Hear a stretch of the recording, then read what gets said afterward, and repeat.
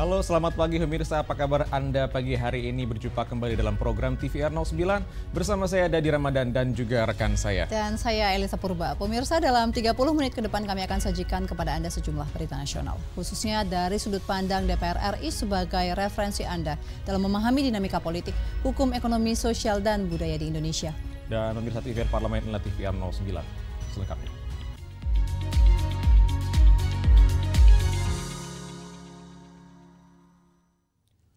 Ketua Komisi 6 DPR RI Anggia Ermarini menyoroti masih lemahnya tata kelola dan dukungan teknologi yang menjadi penyebab lemahnya produksi garam nasional.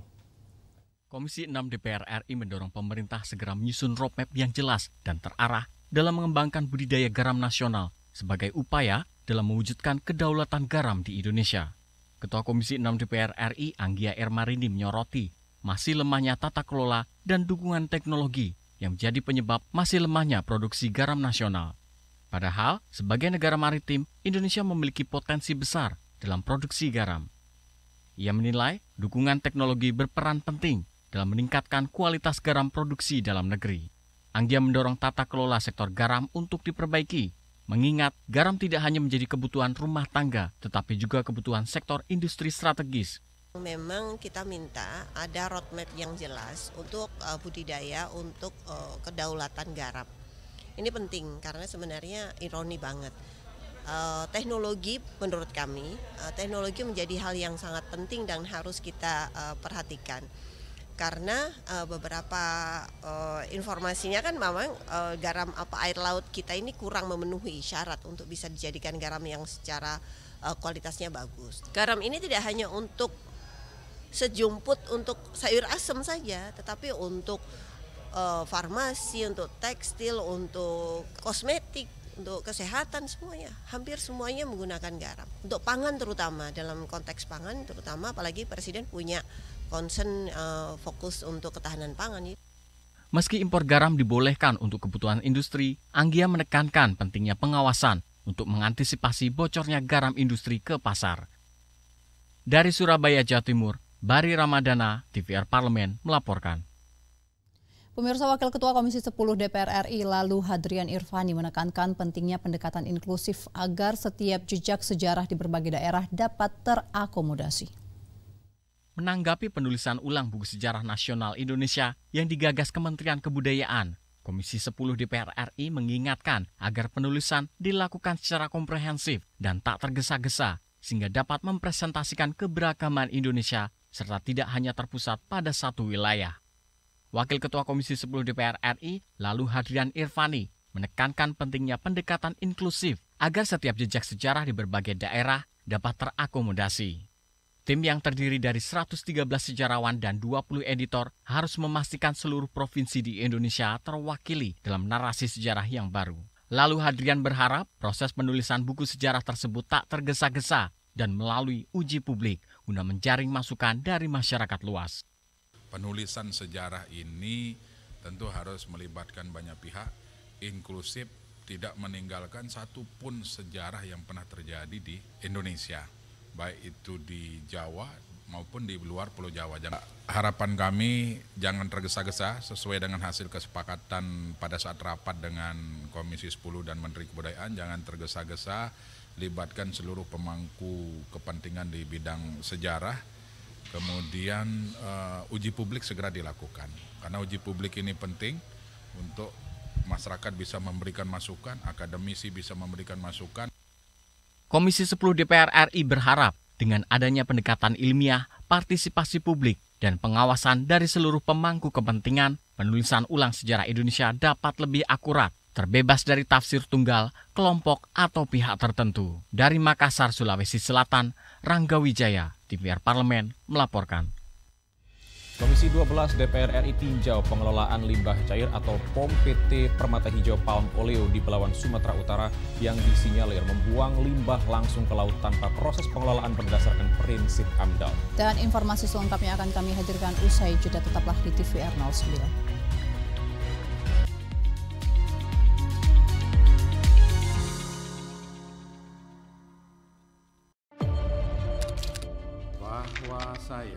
Bahwa saya demi Allah, saya bersumpah dan seadil-adilnya. Periode keanggotaan DPR RI hingga saat ini, yaitu terdapat 126 undang-undang yang telah selesai dibahas DPR RI. Terima kasih rekan Elisa dan juga Danida. Pemirsa,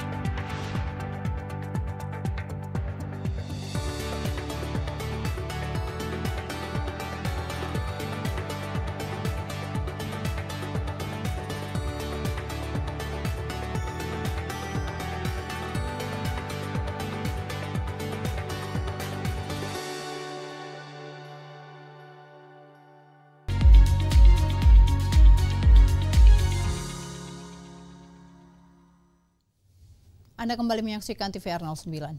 Anggota Komisi 12 DPR RI Ratna Juwitasari menegaskan praktik pembuangan limbah ke laut tanpa sistem pengelolaan harus jadi perhatian serius bagi pemerintah dan seluruh pemangku kepentingan terkait.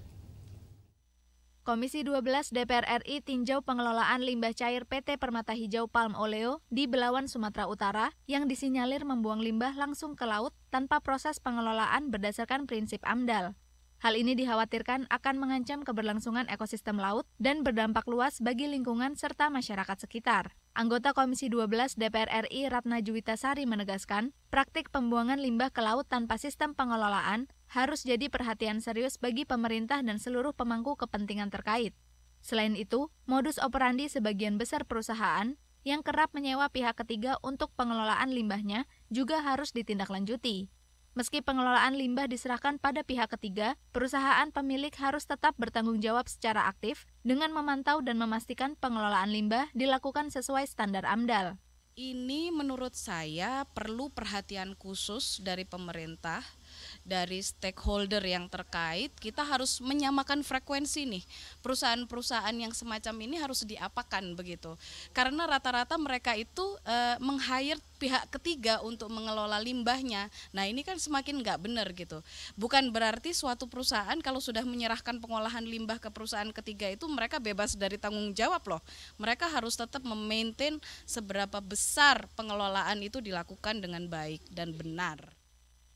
Diketahui limbah cair kelapa sawit mengandung bahan organik tinggi yang apabila dibuang langsung ke perairan dapat menyebabkan penurunan kadar oksigen, kematian biota laut, serta kerusakan pada terumbu karang dan ekosistem pesisir yang berdampak pada keberlangsungan sumber daya laut. Dari Sumatera Utara, Rangga Wijaya, TVR Parlemen, melaporkan. Pemirsa, Wakil Ketua BAKN DPR RI Herman Hairon menilai perbaikan tata kelola pupuk subsidi penting untuk memastikan ketersediaan dan penyaluran pupuk yang tepat sasaran bagi petani. Dalam rangka merealisasikan amanat Undang-Undang Pangan Nomor 18 Tahun 2012 dan Astacita Presiden Prabowo Subianto, Wakil Ketua BAKN DPR RI mendukung penuh program kedaulatan dan kemandirian pangan melalui tata kelola pupuk bersubsidi dari sektor hulu hingga hilir. Wakil Ketua BAKN DPR RI Herman Hairon menilai, perbaikan tata kelola pupuk subsidi penting untuk memastikan ketersediaan dan penyaluran pupuk yang tepat sasaran bagi petani. Perbaikan tata kelola pupuk harus meliputi seluruh aspek, seperti pembenahan data penerima, penyederhanaan birokrasi, dan pengawasan distribusi yang lebih ketat. Dengan anggaran subsidi pupuk pada tahun 2025 yang mencapai 44 triliun rupiah, petani harus menjadi pihak yang paling diuntungkan dari kebijakan terkait pupuk subsidi.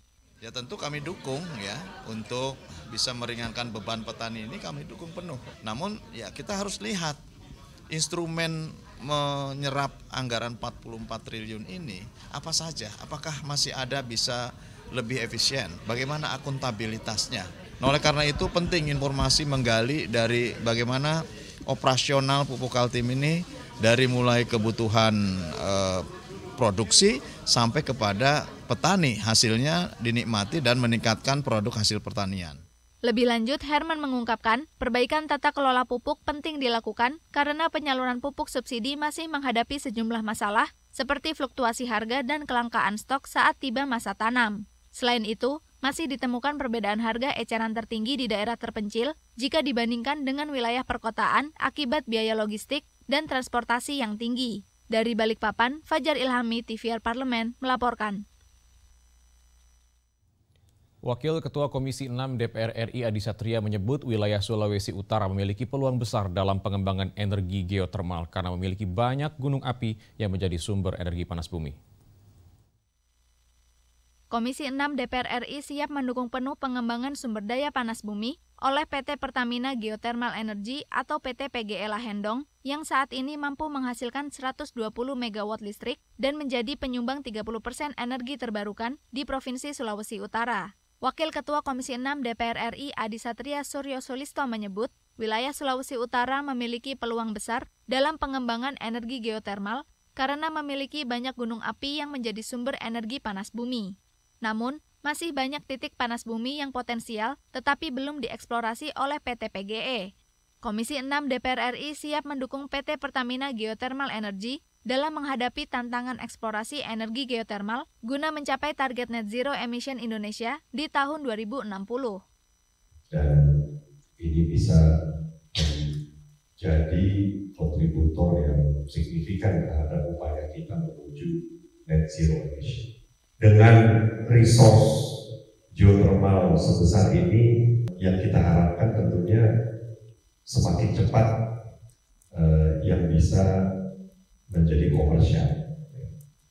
Itu tantangan utamanya misalkan, apakah ya kita ketahui eksplorasi kan sangat mahal dan juga berisiko. Lebih lanjut, Adi Satria menyebut, saat ini Indonesia menduduki peringkat kedua dunia dalam produksi listrik dari energi panas bumi setelah Amerika Serikat. Ia berharap potensi panas bumi nasional dapat menjadikan Indonesia sebagai negara penghasil energi geotermal terbesar di dunia. Dari Sulawesi Utara, Elisa Purba, TVR Parlemen, melaporkan. Pemirsa, seringkali luput di benak negara dan bangsa ini bahwa kekayaan negeri ini tidak hanya kekayaan alamnya, namun musik dan ekonomi kreatif lainnya juga dapat membawa Indonesia melesat lebih jauh melalui perkembangan pariwisata dan budayanya. Informasinya akan kami hadirkan saat lagi, tetap bersama kami di TVR 09.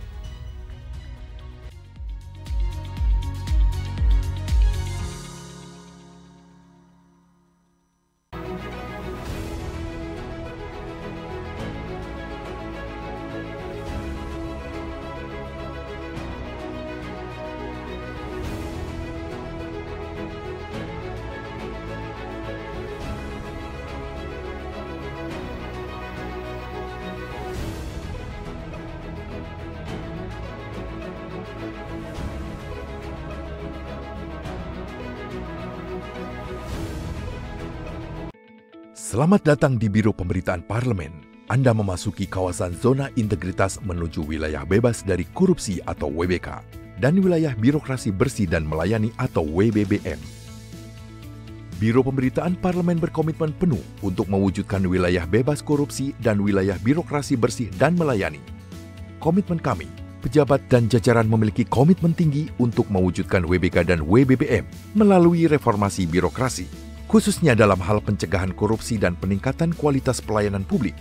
Kedua, bebas dari korupsi dengan terwujudnya wilayah bebas korupsi atau WBK, yang artinya bebas dari KKN, gratifikasi dan dari segala bentuk pungutan liar atau pungli.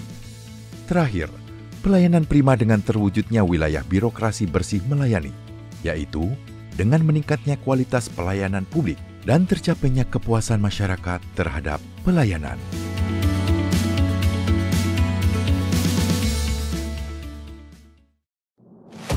Bapak Ibu ini kan orang-orang pintar setaunya saya di Kemendikbud. Ya, hakim yang memutuskan vonis bebas mereka sakit semua. Kalau memang ada yang terlibat, langsung pecat Pak, langsung beri sanksi. Usulkan.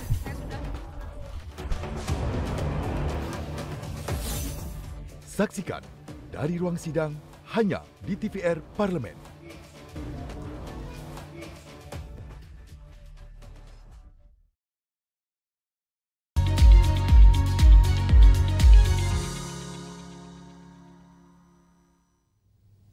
Kembali TVR 09. Pemirsa, musik merupakan bagian dari ekonomi kreatif yang memiliki potensi luar biasa dan dapat dijadikan motor pertumbuhan ekonomi sekaligus alat diplomasi budaya.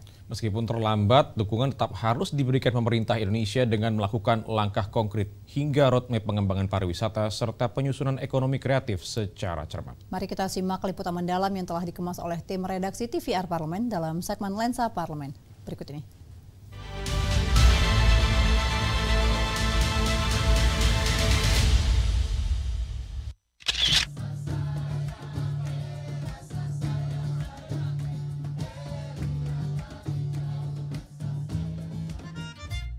Seringkali luput di benak negara dan bangsa ini bahwa kekayaan negeri ini tak hanya minyak, gas, nikel, ataupun hasil tambang lainnya.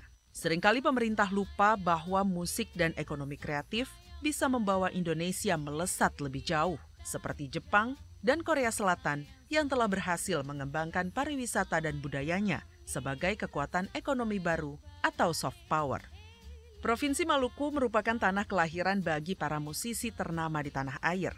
Kota Ambon bahkan ditetapkan UNESCO sebagai City of Music atau Kota Musik Dunia. Nama-nama besar seperti Glenn Fredly, Marcelo Tahitu, hingga diva Indonesia Ruth Sahanaya merupakan musisi berdarah Ambon. Ironis memang, ketika talenta dan potensi besar tak bisa dikembangkan sebesar-besarnya, padahal negara tetangga seperti Thailand dan Malaysia telah meraih sukses besar di sektor ini. Meski terlambat, pemerintah Indonesia tetap harus menuntaskan berbagai kendala dari hulu ke hilir. Dukungan bagi musisi khususnya di wilayah ini harus diberikan seluas-luasnya dengan menciptakan ekosistem berkelanjutan.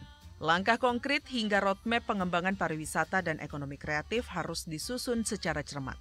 Investasi di sektor ini tak boleh main-main, karena ketertinggalan harus segera dikejar. Pendampingan serta intervensi harus dilakukan dari berbagai sisi, mulai dari proses produksi, distribusi, pengurusan hak intelektual, hingga bantuan pembiayaan.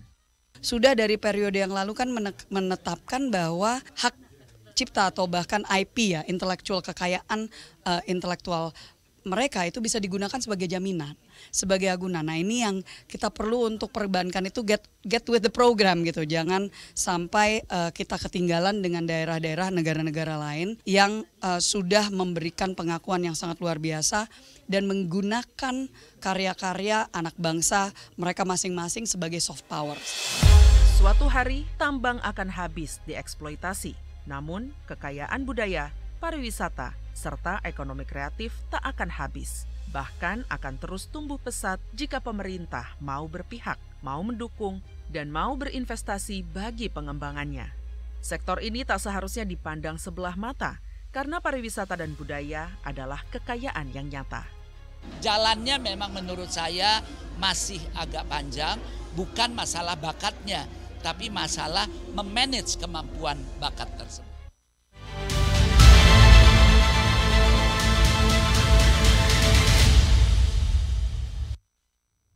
Pemirsa, taman menjadi salah satu tempat yang asik untuk dikunjungi untuk menghabiskan waktu santai sambil menghirup udara segar. Selain banyaknya pohon rindang, tentu dengan berbagai penataan yang indah, juga disuguhkan berbagai fasilitas yang dapat dinikmati oleh pengunjung, dan salah satunya pemirsa yaitu Taman Suropati. Bagaimana dan seperti apa Taman Suropati? Jangan kemana-mana, tetaplah bersama kami di TVR 09.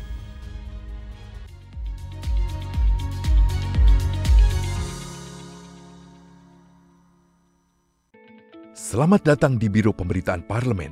Anda memasuki kawasan zona integritas menuju wilayah bebas dari korupsi atau WBK dan wilayah birokrasi bersih dan melayani atau WBBM. Biro Pemberitaan Parlemen berkomitmen penuh untuk mewujudkan wilayah bebas korupsi dan wilayah birokrasi bersih dan melayani. Komitmen kami, pejabat dan jajaran memiliki komitmen tinggi untuk mewujudkan WBK dan WBBM melalui reformasi birokrasi, khususnya dalam hal pencegahan korupsi dan peningkatan kualitas pelayanan publik. Kedua, bebas dari korupsi dengan terwujudnya wilayah bebas korupsi atau WBK, yang artinya bebas dari KKN, gratifikasi dan dari segala bentuk pungutan liar atau pungli. Terakhir, pelayanan prima dengan terwujudnya wilayah birokrasi bersih melayani, yaitu dengan meningkatnya kualitas pelayanan publik dan tercapainya kepuasan masyarakat terhadap pelayanan.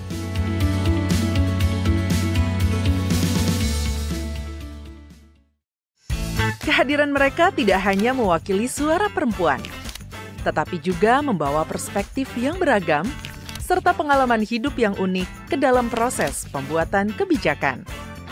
Saksikan Perempuan Parlemen hanya di TVR Parlemen.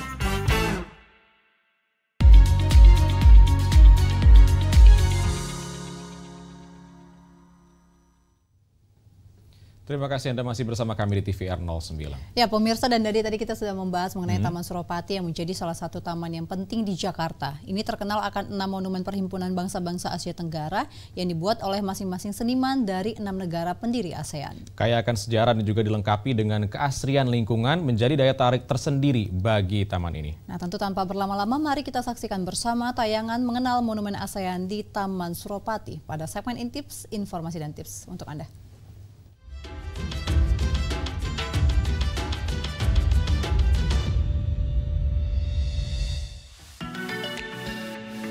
Akhir pekan menjadi waktu yang paling ditunggu-tunggu setiap minggunya. Selain menjadi waktu beristirahat, weekend atau akhir pekan juga menjadi momen untuk bersantai, liburan, sekaligus menghabiskan waktu bersama teman dan keluarga.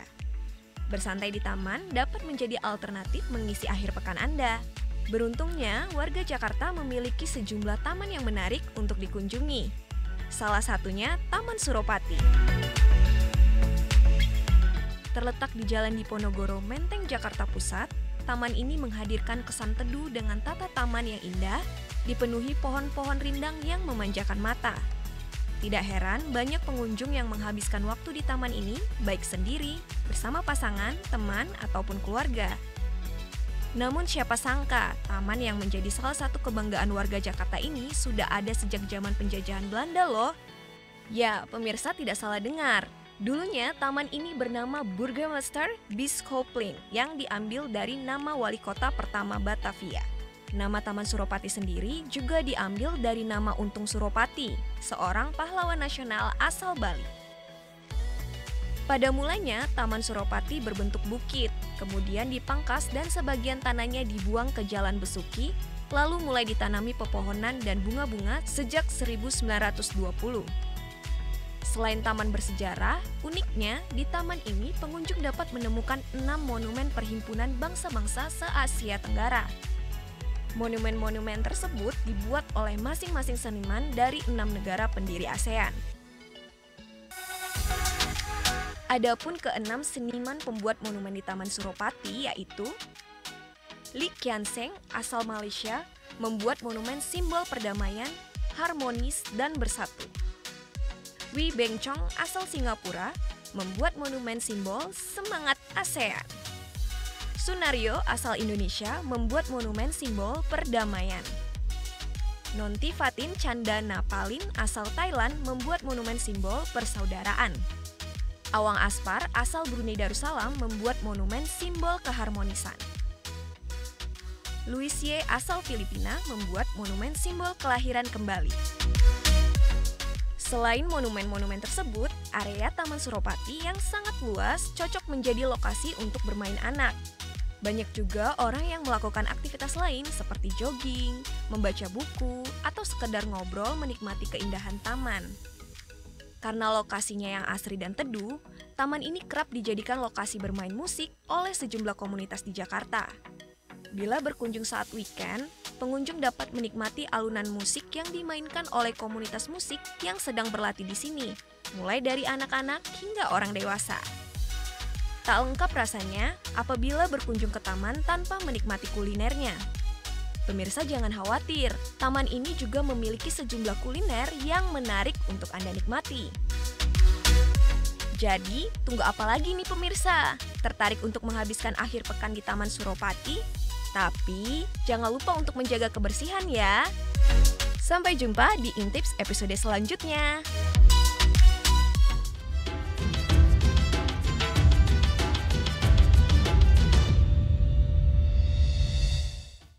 Dan pemirsa, di penghujung acara kami hadirkan agenda DPR RI pada Senin 7 Juli 2025. Pemirsa, pada pukul 10 waktu Indonesia Barat akan ada rapat kerja Komisi 8 DPR RI dengan Menteri Agama Republik Indonesia, Menteri Sosial, Kepala Badan Penyelenggara Jaminan Produk Halal Republik Indonesia, dan Kepala Badan Penyelenggara Haji. Lalu pada pukul 14 waktu Indonesia Barat akan ada rapat kerja Komisi 11 DPR RI dengan Menteri Keuangan, Menteri PPN, Kepala Bappenas, dan Gubernur Bank Indonesia. Juga masih ada sejumlah rapat dan agenda lainnya pemirsa yang dapat Anda akses langsung di YouTube TVR Parlemen ataupun melalui website kami di tvrparlemen.dpr.go.id. Dan pemirsa, TVR Parlemen, demikian TVR 09 edisi pagi ini. Segenap kru TVR Parlemen yang bertugas mengucapkan terima kasih telah menyaksikan TVR 09 pagi ini. Saya Dadi Ramadan dan juga rekan saya. Dan saya Elisa Purba. Sampai bertemu di TVR 09 selanjutnya. TVR Parlemen, Referensi Indonesia.